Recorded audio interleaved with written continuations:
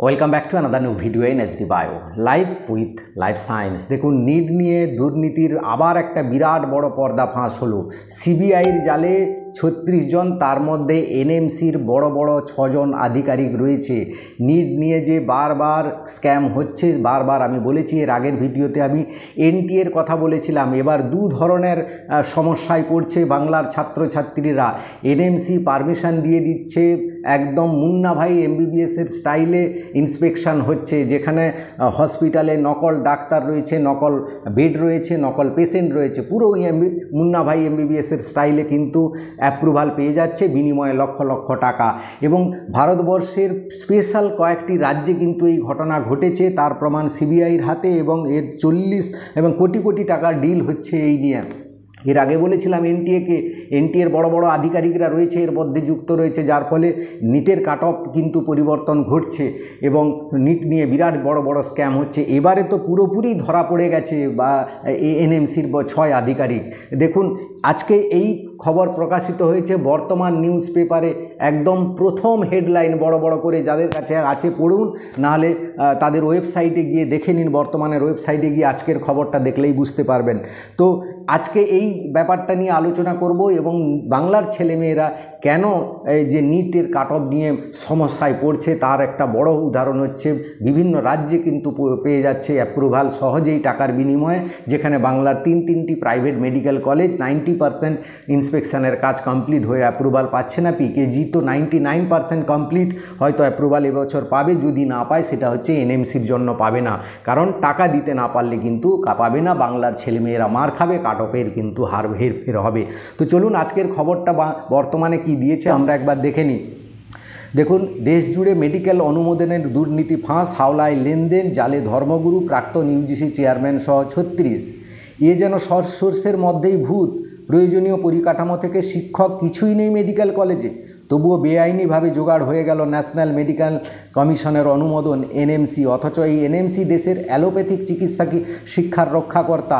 বাংলা সহ একাধিক রাজ্যের সরকারি মেডিকেল কলেজগুলির গুচ্ছ গুচ্ছ খুদ বের করে তারা। ডাক্তারদের 75% কম হাজিরায় কোটি কোটি টাকা ক্ষতিপূরণ চায়, ভুরি ভুরি পরিকাঠামোগত খামতির কথা বলে। সেই এনএমসি এবং তার গুরু ঠাকুর স্বাস্থ্য মন্ত্রকের অফিসারদের একাংশের বিরুদ্ধেই এবার দেশ জুড়ে মেডিকেল শিক্ষায় কোটি কোটি টাকার দুর্নীতির অভিযোগ তুলল সিবিআই। দেখুন, কোনো রাজ্য পুলিশ নয়, স্বয়ং সিবিআই কিন্তু নিয়েছে। মোট 36 জন রাঘব বোয়ালের বিরুদ্ধে দায়ের হয়েছে এফআইআর দায়ের করা হয়ে গেছে। ইউজিসির প্রাক্তন চেয়ারম্যান ডিপি সিং, স্বঘোষিত ধর্মগুরু রবিশঙ্করজি মহারাজ, স্বাস্থ্যমন্ত্রকের 8 অফিসার, এনএমসির 6 কর্তা। দেখুন, এখানে এনএমসির 6 কর্তা আছে, আগের বারে বলেছিলেন এনটিএর কর্তা আছে, সেখানে সিবিআই ধরেছিল কিন্তু এনটিএ তাকে মানে ক্লিন চিট দিয়ে দিয়েছিল।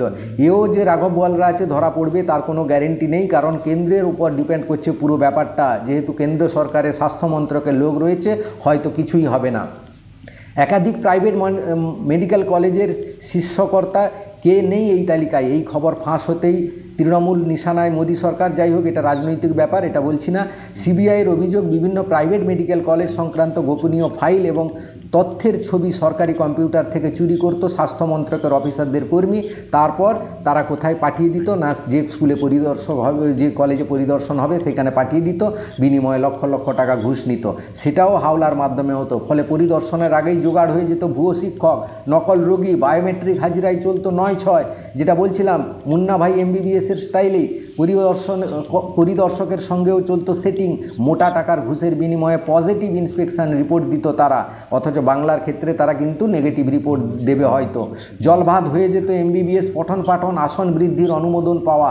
মে মাসে এমনি অভিযোগ, সিবিআইয়ের হাতে 10 লক্ষ টাকা সহ ধরা পড়েন মুর্শিদাবাদ মেডিকেল কলেজের অ্যানাটমির তৎকালীন বিভাগীয় প্রধান তথা এনএমসির পরিদর্শক ডক্টর তপন কুমার জানা। তখনই স্পষ্ট হয় এই দুর্নীতির জাল বহুদূর ছড়িয়ে রয়েছে। ছত্তিশগড়ের রায়পুরে